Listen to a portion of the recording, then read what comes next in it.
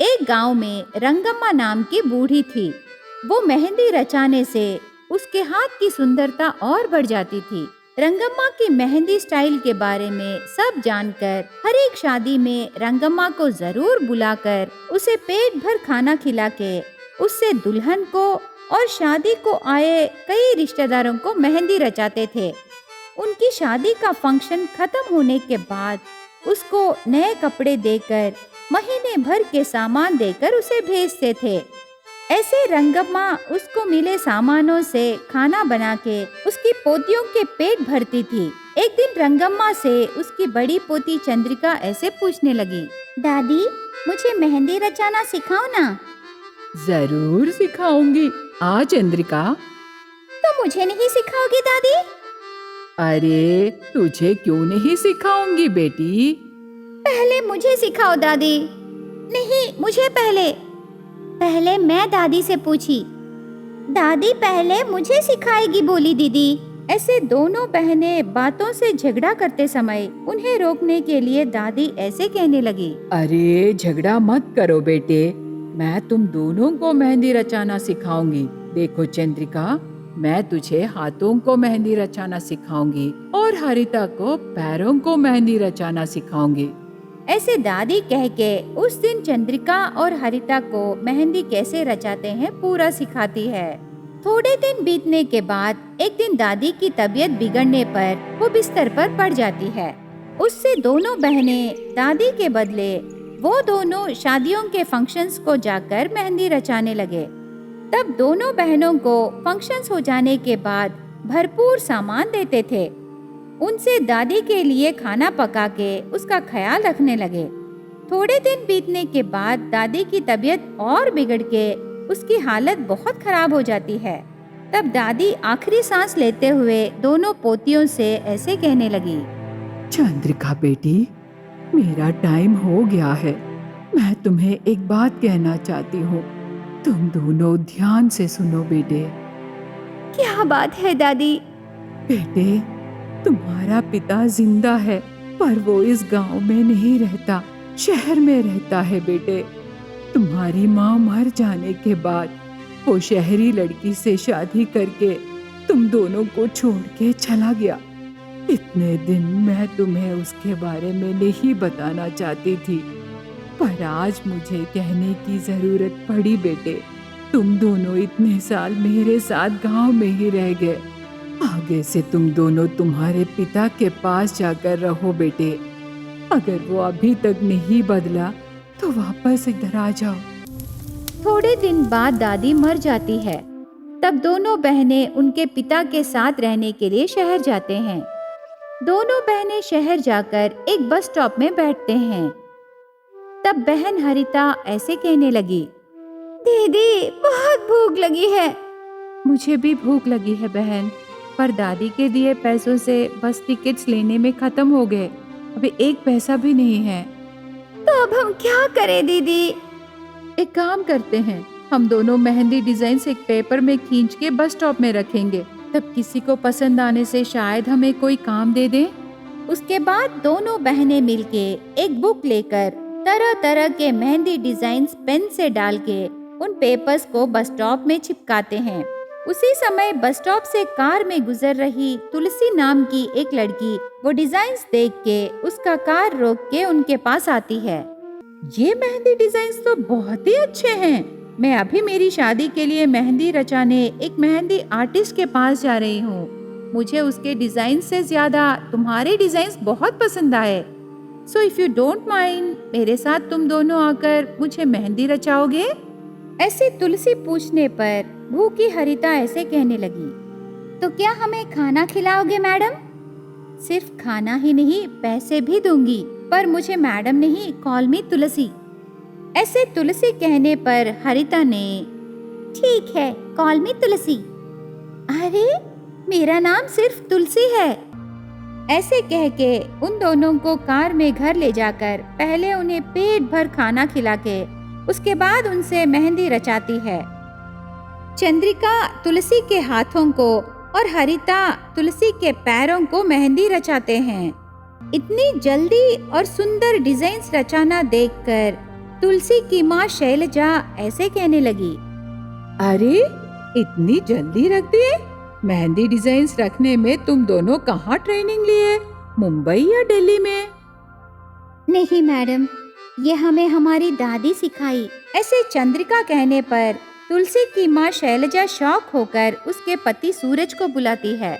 सूरज, इन्हें देखो, कहते हैं इनकी दादी ने इन्हें ये मेहंदी डिजाइन्स रचाना सिखाया है। ऐसे पति को कहने पर वो दोनों बहनों से ऐसे कहने लगा। क्या तुम्हारी दादी सिखाई? तेरी दादी का नाम क्या है? हमारी दादी का नाम रंगम्मा है। वो गांव में रहती है, पर वो अभी जिंदा नहीं है, मर गई। ऐसे कहते ही तुलसी का पिता रोने लगता है। तब तुलसी और उसकी माँ शैलजा सूरज से ऐसे पूछने लगे। ए क्या जी, क्यों आप रो रहे हो? हो, रंगम्मा तो मेरी माँ है, तो ये दोनों बहनें मेरी पहली बीवी के बच्चे हैं। मैं पैसे कमाने की लालच में अपनी माँ और बच्चों को भूल गया। अभी मेरी माँ को आखिरी बार भी नहीं देख सका। मैंने बहुत बड़ी गलती की। ऐसे सूरज दुखी होते समय शैलजा ऐसे कहने लगी। दुखी मत होइए जी, आगे से हम सब एक साथ मिलके रहेंगे। मुझे तुलसी के साथ चंद्रिका और हरिता भी मेरी बेटियां हैं। उसके बाद उस दिन से सब मिलकर एक ही घर में खुशी से रहने लगे। रेपल्ले गांव में रहे पद्मावती नाम की एक किसान को 2 बेटियां हैं, बड़ी बेटी चंद्रिका और छोटी बेटी हरिता। पद्मावती का पति मर जाने पर वो पैसे कमाने के लिए एक जमींदार के खेत में कूली का काम करके उसके 2 बेटियों को पढ़ाने लगी। बहुत दिनों से पैसे कमाने के लिए मेहनत कर रही माँ को देखकर चंद्रिका 10वीं क्लास पास होते ही पढ़ाई बंद करके माँ के काम में हाथ बटाने का निर्णय करती है। उससे पद्मावती चंद्रिका से ऐसे कहने लगी। ये क्या बेटी, तू 10वीं क्लास पास होने के बाद पढ़ाई क्यों रोक दी? माँ, इतने दिनों से तू मुझे और बहन को पढ़ाने के लिए बहुत मेहनत की, इसीलिए आगे से मैं भी तेरे साथ काम पर आके आए हुए पैसों से हरिता को पढ़ाएंगे माँ। तुझे भी काम में थोड़ा हल्का होगा ना। आज मैं हमारे जमींदार जी से बात की, उनके राइस मिल में क्लर्क की नौकरी पूछी माँ, वो हाँ बोले। चंद्रिका बेटी, तू बहुत अच्छा निर्णय ली बेटी। तुरंत ये बात हरिता को बोलो। माँ, ये सभी बातें हरिता से मत कहो, उसे पता चलने से वो भी पढ़ाई छोड़ देगी माँ। और एक बात, तू कूली का काम कर रही वो खेत हमारा है कह के हरिता से झूठ बोलेंगे, वरना उसकी पढ़ाई के लिए पैसे कहाँ से आएंगे कह के पूछ सकती है माँ। इस प्रकार चंद्रिका उसकी बहन की भविष्य के लिए उसकी जिंदगी त्याग करने का निर्णय लेके हरिता को पता नहीं चलने देती। चंद्रिका उसकी माँ से वादा लेती है। हरिता ये सब नहीं जानती और फर्दर स्टडीज के लिए शहर के एक हॉस्टल में ज्वाइन होती है। पहले पहले हरिता सुबह कॉलेज में पढ़ाई करके रात के समय हॉस्टल में रह के उसका फर्स्ट ईयर पूरा करती है। थोड़े दिन बीतने के बाद एक दिन हरिता के साथ मिलके रहने के लिए स्नेहा नाम की रूममेट ज्वाइन होती है। तब स्नेहा अपना परिचय देकर, hey, my name is Sneha, what's your name? मेरा नाम हरिता है। Harita, nice name. तुम कहाँ से आए हो? हमारा रेपल्ले गांव है। क्या गांव है? Oh, I love villages a lot. हो, तू कहाँ से आई हो? मैं इसी शहर से हूँ। तो तू हॉस्टल में क्यों रहना? वो तो बस यूं ही, घर पर फ्रीडम नहीं रहता ना। हॉस्टल में अपनी मनमानी कर सकते हैं, मर्जी का काम भी कर सकते हैं। ऐसे दोनों बातें करते समय स्नेहा को फोन आता है। वो फोन लिफ्ट करके ऐसे बातें करने लगी। यस डार्लिंग, क्या मूवी को? नहीं नहीं, पहले पार्क को जाएंगे, बाद में मूवी को जाएंगे, ठीक है? ऐसे कह के फोन कट कर देती है। मूवी को जा रही है क्या? तू आज कॉलेज को नहीं आओगी? हरिता, आज मुझे कॉलेज आने का मूड ही नहीं है, फिर भी मेरा अटेंडेंस परसेंटेज ठीक ही है ना। ऐसे हरिता से कह के स्नेहा उसके बॉयफ्रेंड के साथ बाइक पर चली जाती है। थोड़े दिन बीतने के बाद एक दिन हरिता सुबह उठ के मंदिर को जाकर आती है।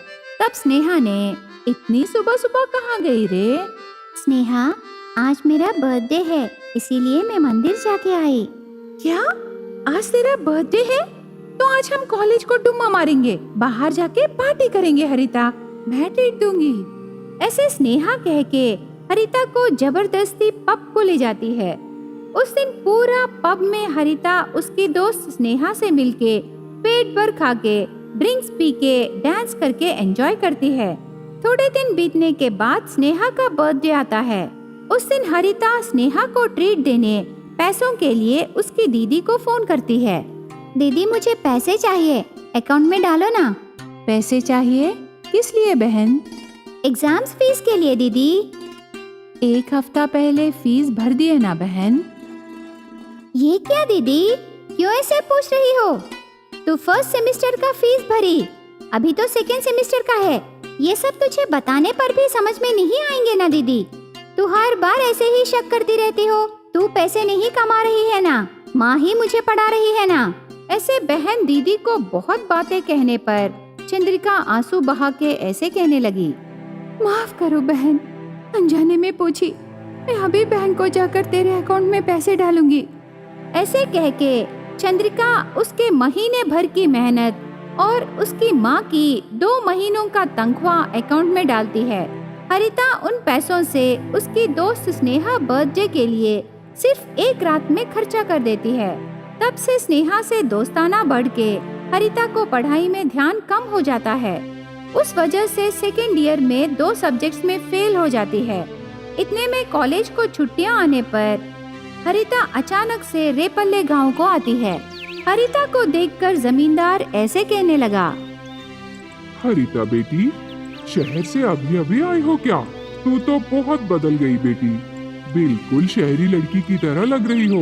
तेरी दीदी की इच्छा है तो ऐसे खुश रहे। हरिता उससे बातें कर रहे व्यक्ति कौन है सोचने लगी।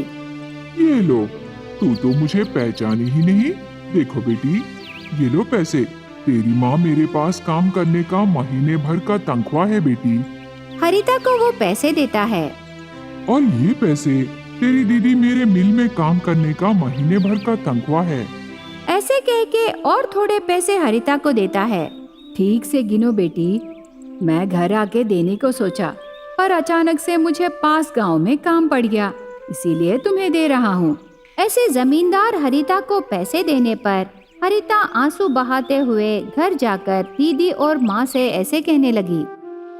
मुझे माफ करो दीदी, इतने दिन में सोची आप दोनों मुझे हमारे फसल के पैसों से पढ़ा रहे हो, पर मुझे अभी पता चला तुम दोनों कूली का काम करके मुझे पढ़ा रहे हो। ऐसे हरिता रोते हुए कहने पर उसे सहला के दीदी ने, दुखी मत हो ना बहन, तेरी पढ़ाई पूरा होने के लिए मैं और माँ मेहनत करेंगे। इस प्रकार हरिता उसकी दीदी का त्याग और माँ का मेहनत जानकर उस दिन से ध्यान से पढ़ के फेल हुए सब्जेक्ट्स के एग्जाम्स फिर से लिख के पास होकर उसकी पढ़ाई पूरा कर